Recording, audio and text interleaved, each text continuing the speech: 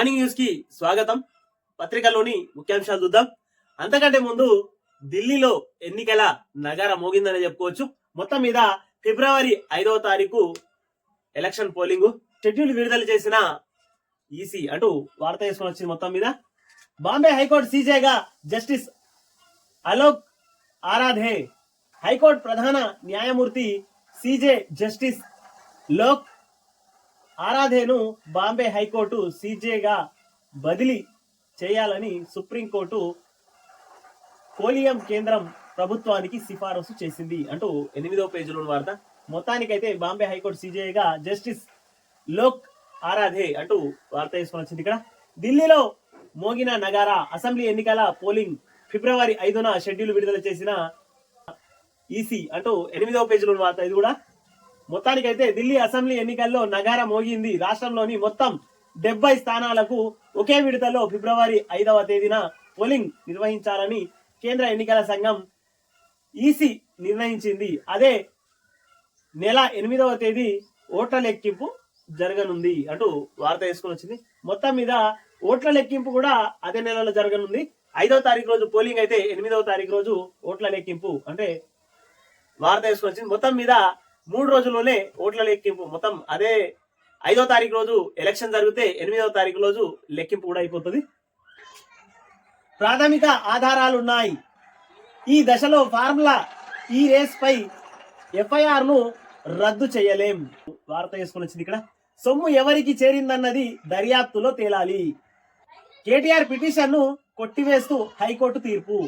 అమలును 10 రోజుల పాటు నిలిపివేయాలన్న ఆయన విజ్ఞప్తికి నిరాకరణ అంటూ వార్త వేసుకొని వచ్చింది. మొత్తం మీద ప్రాథమిక ఆధారాలు ఉన్నాయి. ఈ దశలో ఈ ఫార్ములా రేస్ ఎఫ్ఐఆర్ ను రద్దు చేయలేము అంటూ నిన్న కోర్టు సుక్కలు చూపెట్టిందనే చెప్పుకోవచ్చు. మొత్తం మీద కేటీఆర్ కు ఏది ఏమైనా గానీ ఆ కేసులో 100కు 100% కేటీఆర్ ఇరికిండని చెప్పుకోవాలి. మొత్తం మీద ఆయనే సూత్రధారి, ఆయనే పాత్రధారి లెక్క అలా ఇరికిండు. ఈ రేస్ కేసులో ఫిర్యాదు చేసింది ఏమి కాదు, బాధ్యతాయుతమైన అధికారి కేటీఆర్ ఇతర నిందితులతో కలిసి కుట్ర పన్నడంతో హెచ్ఎండిఏ సొమ్ము దుర్వినియోగమైందని ఆయన ఆరోపణ చేశారు. ఎఫ్ఐఆర్ లోని ఆరోపణలన్నిటికీ ఆధారాలు అవసరం లేదు. ఒకటి ఉన్న మిగిలినవి దర్యాప్తులో వెల్లడవుతాయి.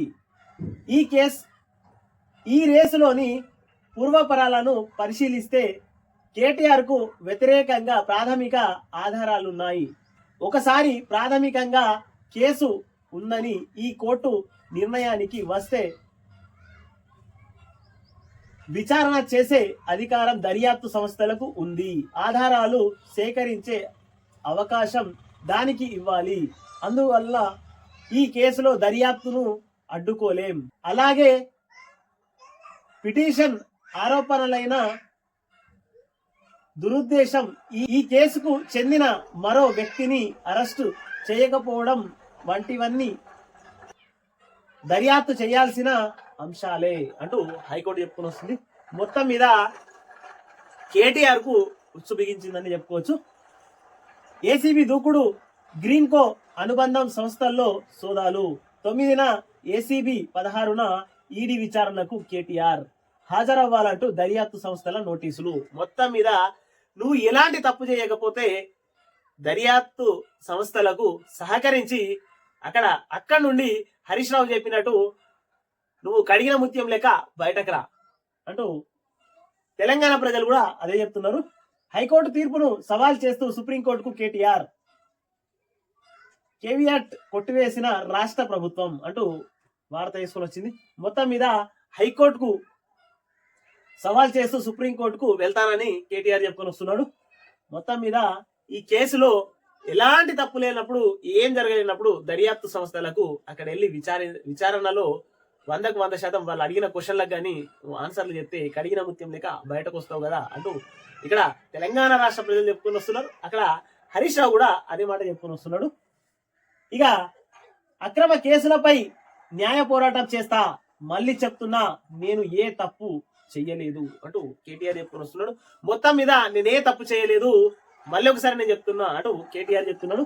సరే, నువ్వు చేసినవా చెయ్యలేదా తర్వాత విషయం, అది ముందు నీ పైన ఒక ఆరోపణ నింద వచ్చింది, దానికి నువ్వు అక్కడ విచారణకి వెళ్ళి మొత్తానికి మొత్తం అక్కడ విచారణ 100% నువ్వు తప్పు చెయ్యనట్టయితే అక్కడి నుంచే విచారణలు కూడా అదే బయటపడుతుంది కదా అంటూ చెప్పుకొని వస్తున్నారు ప్రజలు. మొత్తం మీద నాపై పెట్టిన ఫార్ములా ఈ కేసు కక్ష సాధింపులతో బనాయించిందే,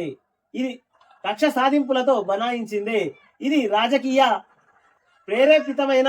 మళ్ళీ చెబుతున్నా, నేను ఏ తప్పు చేయలేదు, రూపాయి అవినీతి కూడా జరగలేదు. తెలంగాణ కీర్తిని ఆకాశం అంతా ఎత్తుకు తీసుకెళ్లాలనే లక్ష్యంతో మేం పనిచేశాం. విద్యుత్ వాహనాల తయారీ కేంద్రంగా హైదరాబాద్ తీర్చిదిద్దుదామని అనుకున్నా అంటూ కేటీఆర్ చెప్పుకొని వస్తున్నాడు.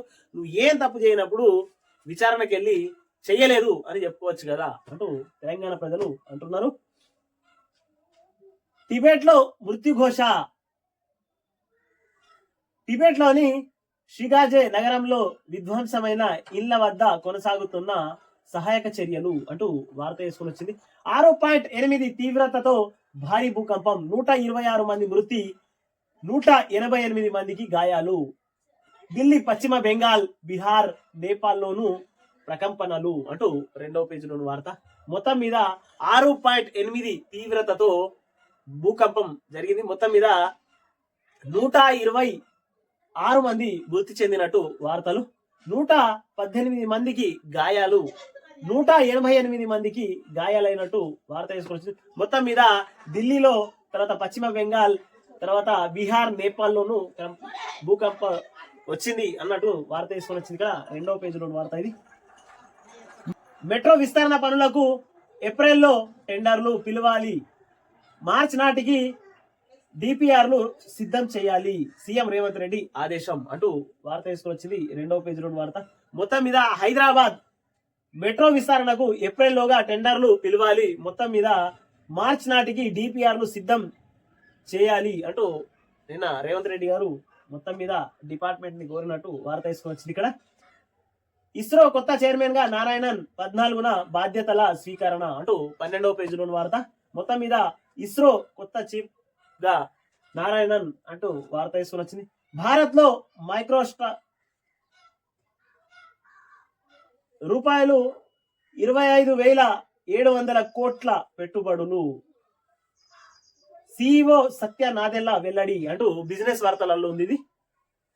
భాజపా వర్సెస్ కాంగ్రెస్, ప్రియాంకపై వ్యాఖ్యలకు నిరసనగా భాజపా కార్యాలయాన్ని ముట్టడించిన యువజన కాంగ్రెస్, ప్రత్యేక గాంధీ భవన్ ముట్టడికి యత్నించిన బీజేవైఎం ఏబీవీపీ, పరస్పర జెండా కర్రలతో దాడులు, తీవ్ర ఉద్రిక్తత.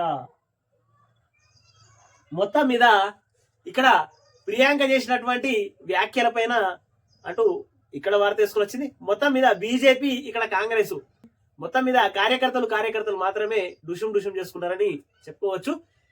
ఒకవైపు కాంగ్రెస్, ఇంకొక వైపు బీజేపీ. మీరంటే మీరు, కార్యకర్తలే, వీళ్ళ ఆఫీసుల పైన వాళ్ళు వెళ్ళి, వాళ్ళ ఆఫీసుల పైన వీళ్ళు వెళ్ళి, ఇద్దరు కర్రలతోని ఒకరినొకరు కొట్టుకోవడం నిన్న జరిగిందని చెప్పుకోవచ్చు.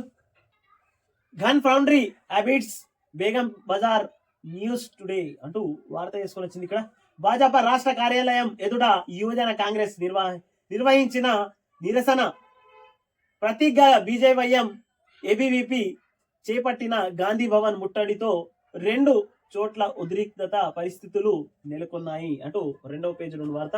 ఇక్కడ భాజపా కార్యాలయం వద్ద భాజపా యువజన కాంగ్రెస్ నేతలు, కార్యకర్తల పరస్పర దాడులు అంటూ వార్త వేసుకుని వచ్చింది. ఇక్కడ మొత్తం మీద లీడర్లు మంచిగానే ఉంటారు, మొత్తం మీద కార్యకర్తలు మాత్రమే కొట్టుకొని చేస్తారు ఎక్కడైనా అంతే. కేఎన్ఎన్ టీవీని సబ్స్క్రైబ్ చేయండి, షేర్ చేయండి, కామెంట్లు పెట్టండి.